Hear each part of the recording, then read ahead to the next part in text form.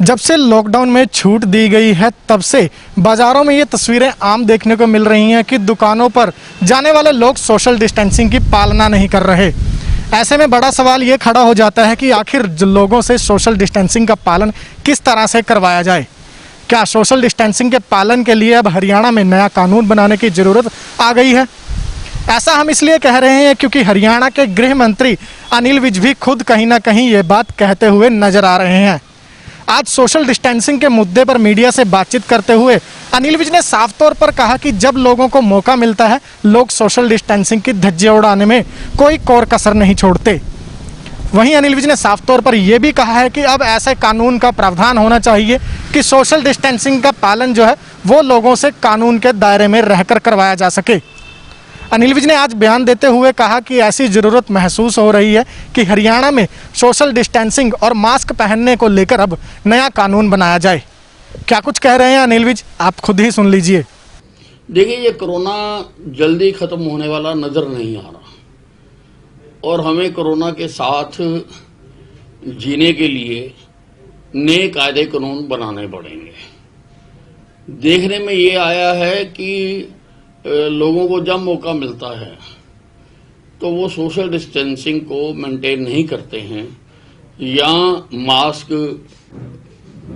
नहीं डालते हैं, तो इसके लिए कानूनी प्रावधान करना पड़ेगा।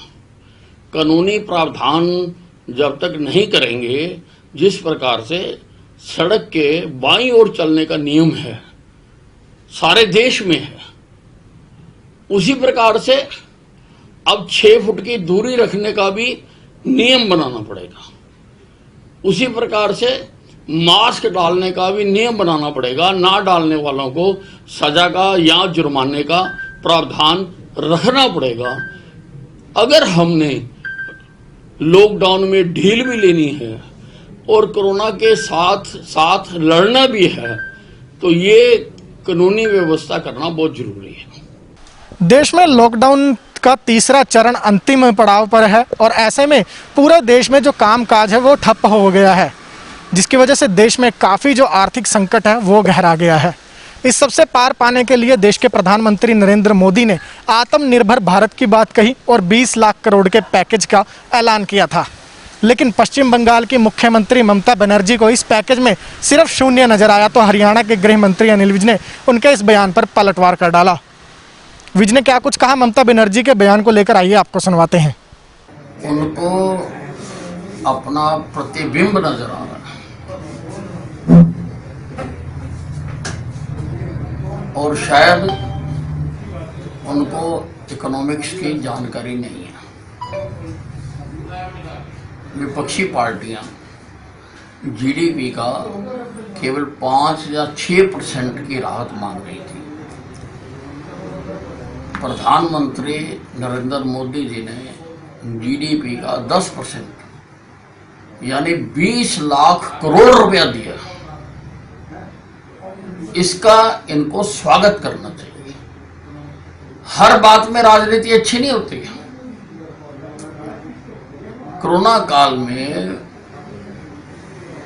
जो हमारे अर्थव्यवस्था को धक्का लगा है उसको बूस्ट करने के लिए 20 लाख करोड़ रुपया दिया है। रुपयों की बरसात कर दी है नरेंद्र मोदी ने।